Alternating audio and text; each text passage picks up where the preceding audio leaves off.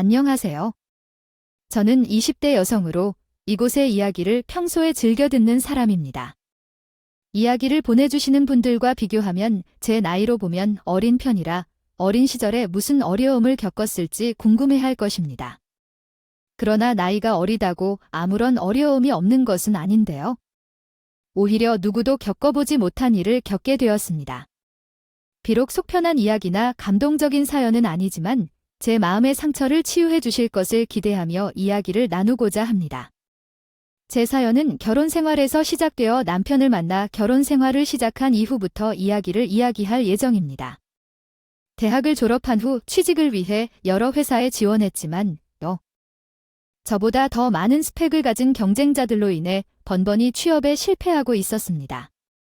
취업이 더욱 미뤄지면 안 된다고 생각하여 이제 막 시작하는 스타트업 회사에 지원하기로 결심했습니다.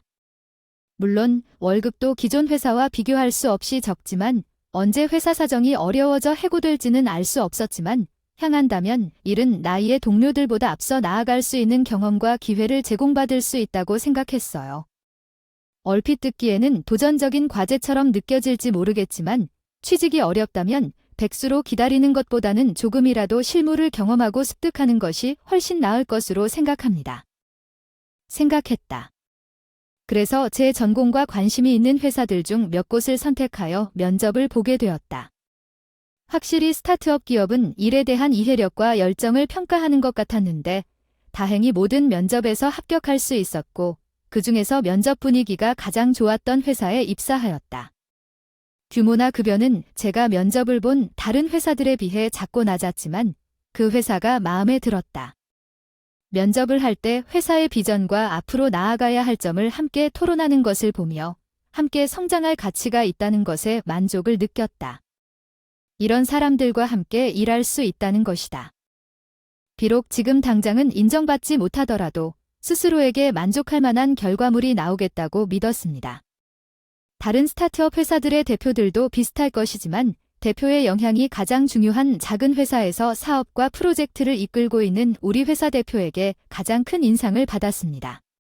면접을 보는 동안 기존 직원들과도 수평적인 관계를 보여주었고 그리고 저와 면접을 하는 동안 사업 이야기를 하면서 보이는 열정적인 태도와 눈빛에 사로잡혀 말았죠.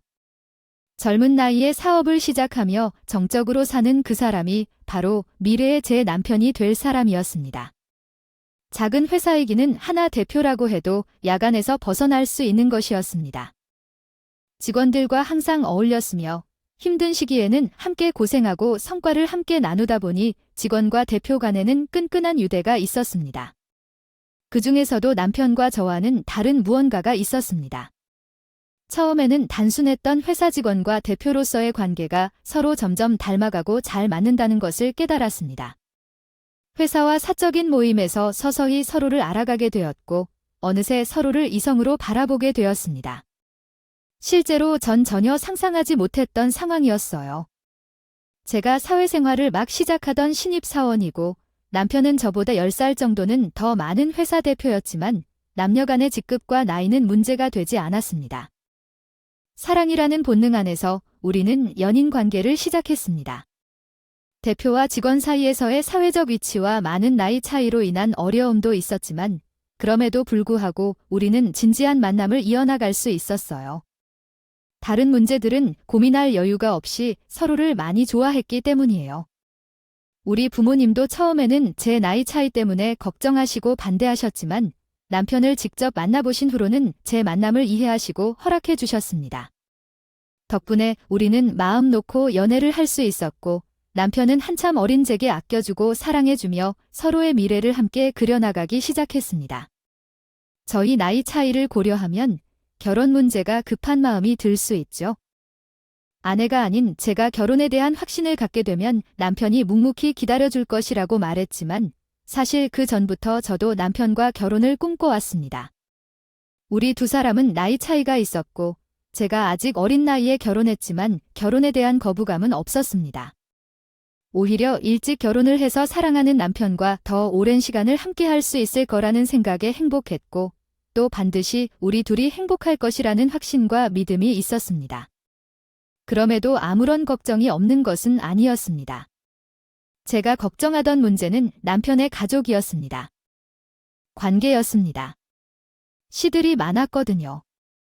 남편은 사남매 중 장남이었습니다. 나이가 많은 시동생 둘과 시누이 아지가 있었습니다. 남편과 제 나이 차이가 있어서 동생들 중에서도 저보다 나이가 많았습니다. 어떤 성격들이 있는지도 모르는 나이 많은 시동생이 하나도 아닌 셋이 생긴다니 저는 당연히 걱정할 수밖에 없었어요. 거기다 시동생이 아직 미혼이라면 그나마 낫겠지만 친우를 제외하고 나머지 두 형제는 남편보다 일찍 결혼해서 결혼도 늦고 저보다 나이가 많은 동서가 둘이나 생기는 것이었어요. 남편과 결혼하면서 제가 며느리가 되는 것인데 저는 동서들의 결혼도 듣고 시댁에서 저보다 나이를 부담하고 있었습니다. 어린 식구들이 한 명도 없어서 저를 어리다고 무시하거나 깔보거나 할 것 같아서 고생을 하는 것일까 생각했었어요. 그럼에도 조금은 안심이 되었던 것은 남편이 동생들과 너무나 사이가 좋았다는 것이었어요. 결혼 결심을 한 후 두려움에 떨었는지 전혀 혼자서 이런저런 고민을 하기는 했지만 그런 걱정 때문에 남편을 놓치고 싶진 않았고 저는 두려움 없이 일찍 결혼을 했습니다. 사실 결혼식 전까지는 말할 수 없는 고민도 했지만 식구들과 인사를 할 때까지도 그런 걱정들이 막혀버렸어요. 아직도 결혼했다는 것이 실감이 나지 않을 텐데 그래서 더 그랬을 거예요. 하지만 신혼시기를 마치고 시부모님께 인사를 드리러 가게 될 때 결혼식이 되었고 이때 우리 부부에게 쏟아지는 수많은 눈빛들을 본 순간 아찔했습니다. 결혼식은 대야가 정신없이 바쁘고 해서는 미칠 것만 같아서 생각하지 못했는데 나는 결혼을 통해 이 사람들과 모든 사람이 가족이 되었다는 것을 깨달았어요. 그리고 바로 그때부터 내 나이보다 많은 사람들을 어떻게 불러야 할지 참 난감했죠. 그래서 할 말도 없이 어색해하고 있었는데 다행히 난감해하는 저를 먼저 눈치챈 시부모님들께서 호칭을 정리해 주셨어요. 그래, 이제 우리 큰며느리로 새로 온 며느리들이 다 모였네요. 이전에는 둘째와 셋째 아이들을 차례로 둘러보내고 큰아이만 혼자라서 늘 걱정을 많이 했었는데 이제는 조금 덜 걱정하게 되었어요. 그래서 다들 새로운 식구들과 함께하는 게 좋네요. 따뜻하게 맞아주고 서로 돕고 형제처럼 잘 지냈으면 좋겠다. 물론 사이가 좋게 지내는 것은 좋지만 내가 당부할 것은 큰애가 식구 중에서 나이가 제일 어리다고 해도 이제 우리 집에 맞면 느이가 되어야 한다. 만약 나중에 우리가 돌아가면 장촌이랑 맏며느리가 집안 대소사를 챙겨야 할 것이다. 그럼 둘째와 셋째가 큰애를 잘 따라야 하겠지? 그러니 둘째와 셋째도 나이에 상관없이 큰 형님을 잘 모셔야 하며 큰애는 앞으로 가족 일에 적극적으로 나서서 문들을 잘 챙겨주어야 한다. 또한 앞으로도 나이에 상관없이 형님이라고 부르면서 지내면 된다는 걸 알겠겠지. 나이 많은 사람들에게 형님 소리를 듣는 것은 어색하기도 하고 며느리 노릇을 하는 게 부담스러웠지만 그래도 진중하게 말씀 주시는 시부모님 덕분에 저도 책임감을 가지게 되었습니다. 물론 요즘 세상에 맞면 느이 할 일이 얼마나 될지 모르겠지만 그래도 시부모님이 먼저 나서서 위계 질서를 잡아주셔서 동서들이 저를 금방 따르게 되었고 저도 큰 며느리 노릇을 할 수 있었습니다. 그렇게 저와 동서들은 호칭을 이름처럼 부를 뿐 서로 존대하며 지낼 수 있었습니다. 시부모님의 당부 덕분인지 어린 나이에 이제 막 시집을 와서 모든 것이 낯설어 하는 책이 돼버린 저에게 동서들이 많은 도움을 주었습니다.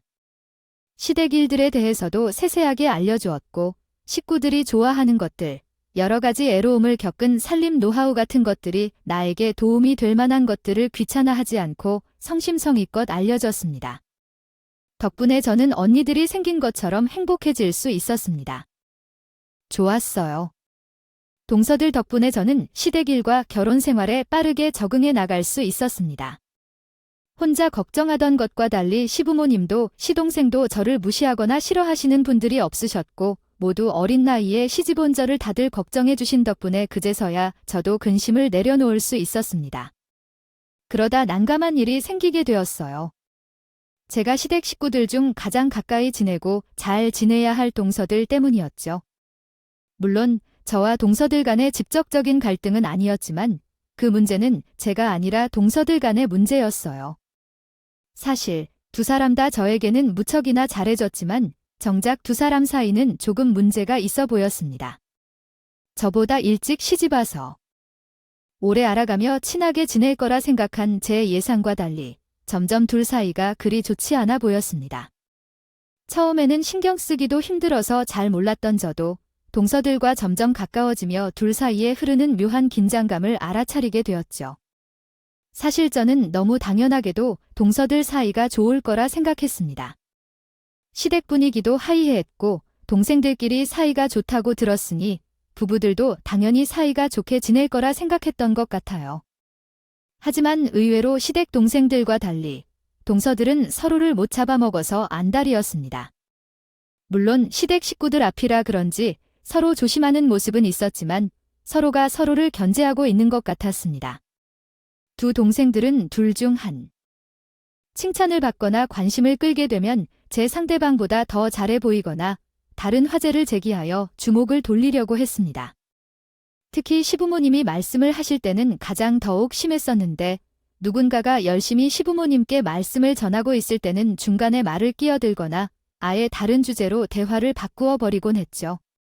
다른 사람들이 말할 때는 그렇지 않는 것을 보면 서로가 서로를 제약하려는 것이 분명하게 느껴졌습니다. 사실 말이 많은 편도 아니었고 아직은 시댁에 적응하고 있는 과정이었기 때문에 보통 조용한 편이었습니다. 그러나 동작하거나 말할 때에는 어색하게 서로가 서로를 제약하려고 했습니다. 식구들 앞에서도 알고도 모르는 척했지만요. 그 정도였으니 나중에는 훨씬 더 심해졌어요. 주방에서 함께 음식을 준비하거나 며느리들이 함께 있을 때는 이러다가 싸울 것 같을 정도로 서로 예민한 모습을 보였습니다. 제게는 그렇게 되지 않아 다행이었지만 여전히 동생끼리 그런 모습을 보는 것은 좋은 일은 아니었습니다. 왜 그런 상황이 발생했는지 궁금했지만 어리석은 동생에게 직접 물어볼 수도 없었어요. 어느 쪽에 먼저 물어봐야 할지도 몰랐고요. 그러나 시댁 모임이 있을 때마다 이런 상황을 지켜볼 수 없어서 저도 참지 못하고 남편에게 둘 사이 상황을 물어보게 되었죠. 근데 여보, 뭔가 한 가지만 물어봐도 괜찮아. 응. 몰랐지, 동서들. 처음에는 내가 정신없어서 그렇지 둘이 사이가 안 좋다는 줄도 모르고 있었는데 요즘에는 둘이 알게 모르게 으르렁거리는 모습을 보이고 내가 숨막혀서 그랬나 봐. 그래서 둘이 있을 때는 오히려 나 피한다. 도대체 무슨 일이 있어서 그렇게 난리인 건지? 그리고 왜 다른 친구들은 아무 말도 안 하는 거야? 아, 맞다. 당신은 아무것도 모르겠구나. 내가 미리 설명을 해주어야 했는데 우리 가족에게는 워낙 평범한 일상이라 꾸준히 잊혀졌었지. 사실 재수 씨들은 대학교 때부터 친구 사이였어. 그제서야 나는 그냥 동서 시간으로만 느껴졌던 두 사람이 오래된 친구 사이라는 것을 알게 되었다. 알게 되었습니다. 대학 시절부터 친구였던 동서들의 동생들과 비슷한 시기에 연애를 시작하게 되었고 그래서 결혼 시기도 비슷했던 거였습니다.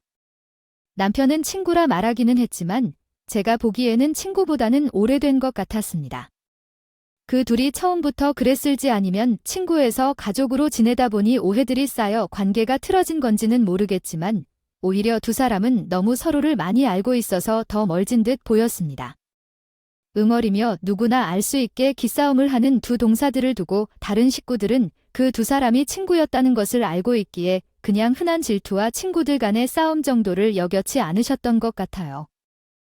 직접 그들 사이에 엮일이 없었습니다. 없어서 가볍게 생각했을 거예요. 하지만 동서지간이 되어 그들 사이에 끼어버린 나는 고일 수가 없었어요. 이전까지는 며느리만 서로를 견제하는 관계였다. 이제는 나가서 상황이 달라졌죠.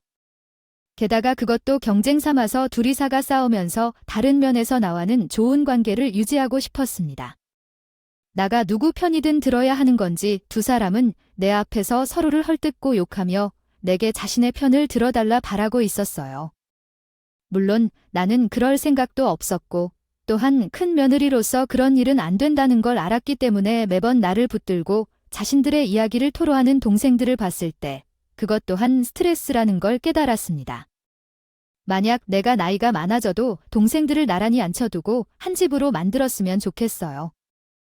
식구끼리 그러면 안 된다고 따끔하게 말씀하면 혼인, 아니면 두 사람 사이가 좋아지기만을 바랬지만 어느 날 둘째 동생 이상한 모습을 보여서 난감했던 상황에서 조언하기가 어려웠습니다.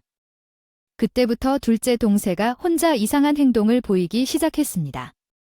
그럼 나 어디에 숨기지? 아니면 어디에 숨기지 말까? 그렇게 되면 더 큰 문제가 생길지도 몰라.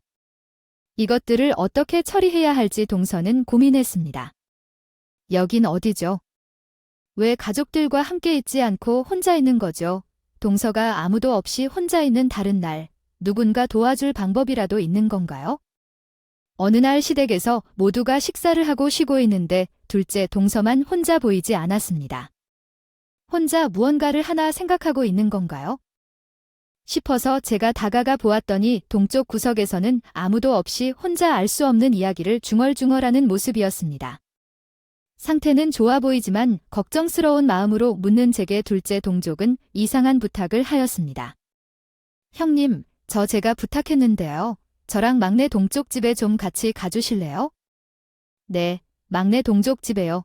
동족들이 보통 사이였다면 이상하게 생각하지 않았을 텐데 둘 사이가 좋지 않다 보니 갑자기 막내 동족 집에 함께 간다는 부탁하는 둘째 동족이 조금 이상해 보였습니다.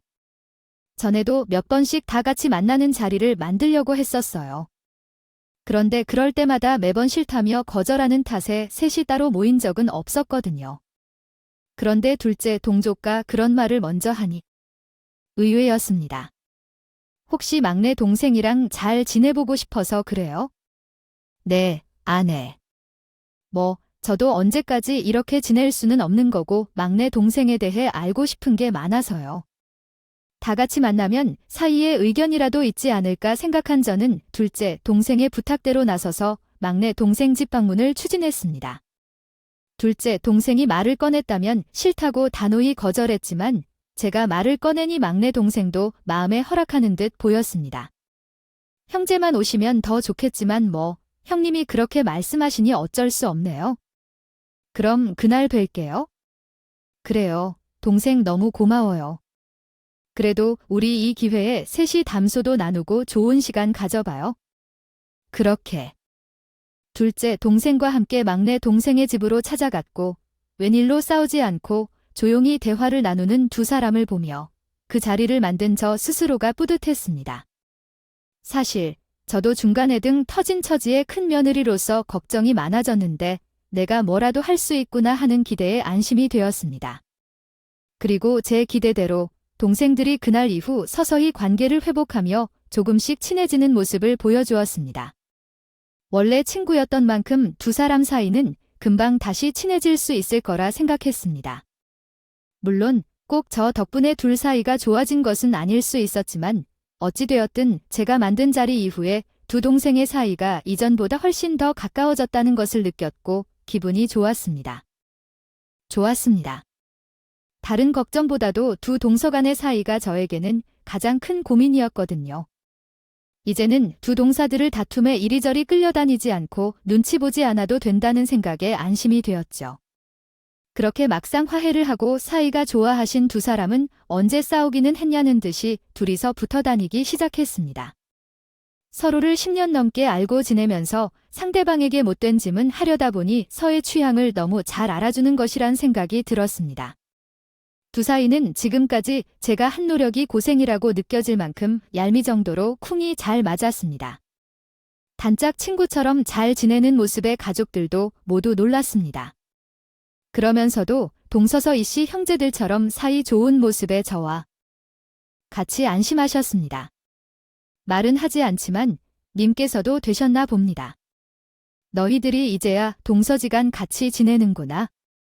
여태 그렇게 들 싸우더니 그래도 위에 형님 생긴 덕을 봤나 보구나. 어머님이 먼저 그리 말씀해 주시니 저도 어깨가 으쓱해졌다. 그래서 여대 참았던 말도 해봤습니다. 저도 이제서야 숨 좀 쉬고 살 수 있겠어요. 사실 그동안 말을 못해서 그렇지. 정말 그동안 제가 얼마나 힘들었는지 알아요. 하필 나이도 어려서 동서 두 분이 하는 말에 제대로 말도 못하고 말이에요. 양쪽 말을 듣으면 둘 다 이해가 가는데 그렇다고 제가 한쪽 편만 들어줄 수도 없고 둘은 자꾸만 편들어 달라 그러고 정말 곤란했다. 그러니 형님, 죄송합니다. 저희 때문에 괜히 그렇게까지 해서 나이는 확실히 저희보다 어리다고는 하지만 형님은 형님이에요. 형님이 아니었으면 저희가 어떻게 이렇게 살았을지 모르겠어요. 아마 이렇게 지금까지도 서로 의미 없는 질투와 싸움을 하며 살았을 텐데 정말 감사합니다. 형님, 아니라고요. 이전에도 말했듯이 저는 여기서 끝이에요. 만약 여러분 간의 거리가 멀어진다면 제가 그때는 나라가 벼룩이 되겠어요. 나이가 적든 많든 어찌되었건 손을 사람으로 약하게 쓰지 않고 강인하게 행동할 테니 매우 긴장해 주세요. 그러니까 두 분 모두 그렇게 우리 다투지 말고 행복하게 지내세요. 항상 이씨 형제들만 사이가 좋으니 우리도 며느리들이 모여서 즐겁게 지내야죠. 그래요. 그렇죠. 맞아요. 형님. 화해를 한 두 분들을 보면서 나도 조금 질투가 났지만요. 이번에는 우리 며느리들이 뭉쳐서 잘 지낼 수 있는 기회로 삼으려고 했습니다. 사실 우리는 성품이 좋으신 시부모님 덕분에 따로 고생이라 생각할 만한 사리도 없었으며 무난하게 성실하게 지냈거든요. 그래서 그동안 동서 간의 갈등이 가장 큰 문제였습니다. 동서들이 화해를 한 뒤 걱정이 없어져서 다시 남편과 함께하는 사업에만 집중할 수 있었습니다. 그런 식으로 나이가 들기 전에 행복한 일상을 보내고 있을 때 둘째 동서가 연락했습니다. 네, 동서, 무슨 일이 있어요? 아니요, 형님 이젠 어떻게 지내고 계신가요? 덕분에 요즘 정말 잘 지내고 있어요. 다름이 아니라, 왜 그때 말한 여행을 함께 하자고 했었는데요. 우리는 이번 주에 시간이 날 것 같아서 짧은 시간이라도 가볼까 하는데 형님은 어떠신가요? 안타깝게도 제가 입력받은 텍스트는 문법적으로 많은 오류가 있습니다. 다음은 수정된 내용입니다. 시간은 어떠세요? 어머, 그래요? 근데 어쩌죠? 저번에도 말씀드렸던 것 같은데 이제 막 투자자들을 모으고 진행하는 중간 보고를 해야 할 때라 지금 당장은 남편과 저가 너무 바빠서요. 아쉽지만 이번에는 둘 분이서 다녀오세요. 맞다. 형님께서는 이번 주가 정말 바쁘시다고 했지? 알겠어요. 그럼 이번에는 우리가 먼저 갔다가 형님 시간 나면 그때 같이 한 번 더 가기로 해요. 처음으로 며느리들과 가는 여행이었지만 너무 바쁜 일정 상전은 포기하고 두 동생들과 짧은 여행을 다녀왔습니다.